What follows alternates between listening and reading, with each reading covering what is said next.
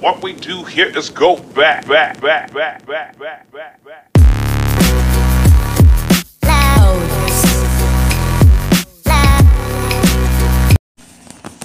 Magandang araw sa inyong lahat and welcome back to my YouTube channel.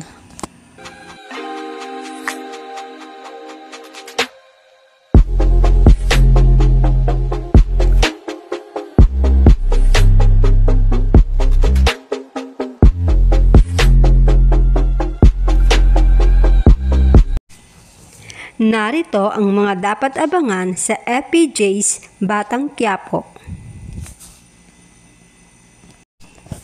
Ang pagsisimula ng boxing career ni Santino. Natunghayan natin na binati ni Anika si Santino sa kanyang pagkapanalo. Kaya di maiwasang tuksohin sila ng kanyang kaibigan na nakakahalata na sa sulyapan ng dalawa. Di na nga nagtagal ay pinatawag na nga ni Coach Gary si Santino para ibigay ang 2,000 piso na party niya sa pagkapanalo. At pinaalam din na isa na siyang trainee boxing. Kaya panigurado sa susunod na episode ay mapapanood na natin ang mas magaling na Santino sa boxing sa tulong ng kanyang personal coach. At malamang mapapadalas na din ang pagsasama nila ni Anika at Santino sa gym. At di magtatagal, maaaring may mamuong relasyon sa pagitan ng dalawa.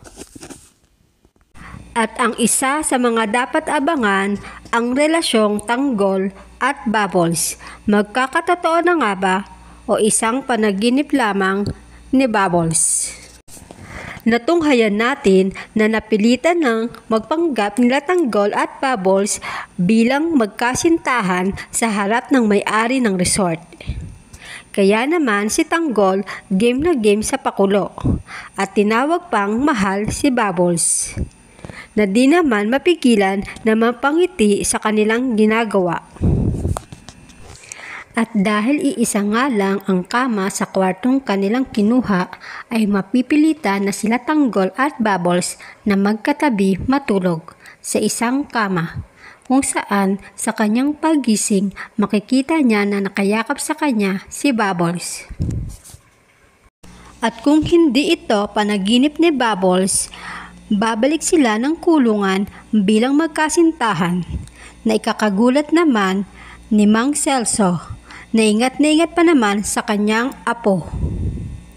At dahil dito, lalong magagalit si Bong at magdedesisyong pabilisin ang kanilang masamang plano para tapusin ang grupo ni Tanggol. Ang pagtakas ni Edwin sa kulungan. Natunghayan natin na nalaman na nga ni Rigor na isa si Edwin sa mga nahuli sa bypass operation, kung saan nakuhaan ito ng illegal na droga. Kaya panigurado na mahirapan silang magpiyansa at makalaya. Kaya mapipilitan si Edwin at ang grupo niya na tumakas. Dahil matatandaan nyo sa bagong teaser ng bagong yugto ay nakalaya si Edwin at muli nga silang makikita ni Ramon. Nakitang-kita pa rin ang galit ni Ramon sa nangyaring bypass operation. Isa sa mga dapat abangan, si Mokang magiging hostage ni Ramon. Natunghayan natin na tuluyan ngang pinalayas ang mga magulang ni Mokang sa mansyon at ginawang hostage si Mokang at ikinulong pa nga ito sa kanilang kwarto.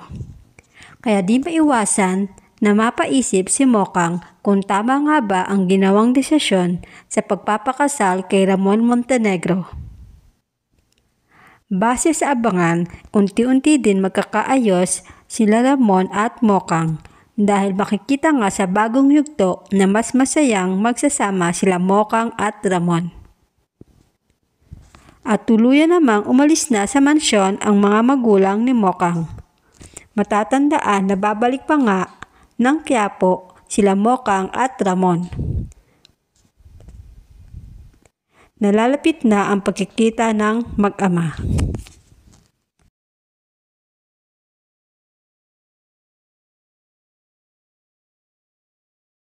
Ang relasyong Rigor at Lena mabubunyag na.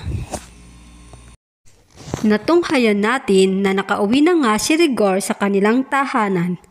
At doon tinapat na nga siya ni Tinding at sinabing nakita niya na habang kumakain sila ni Lena ay magkahawak sila ng kamay. Na hindi naman nagustuhan ni Rigor. At pinaliwanag na nagkukwentuhan lang sila ni Lena sa nangyaring operasyon dahil narinig nga niya ang pangalan ni Tanggol na isa sa mga kanilang nakalaban. Kaya nagulat sila Tinding at Marites sa mga sinabi ni Rigor. Ang galit ni Ramon sa pamilya de Maculangan. Habang si Ramon naman galit na sinalubong sila Mokang at ang kanyang mga magulang. At dahil nga sa ginawa ni Edwin ay nasampal pa ni Ramon si Mokang. Na di naman nagustuhan ni Don Marsing. Kaya sinubukan nilang lumaban. Kaya sa huli, nagdesisyon si Mokang na umalis na lamang. Pero tinutukan sila ng baril ni Ramon.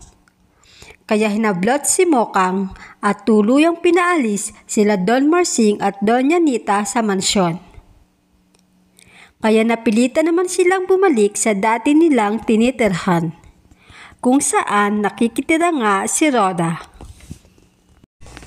Salamat sa inyong lahat and thank you for watching and God bless.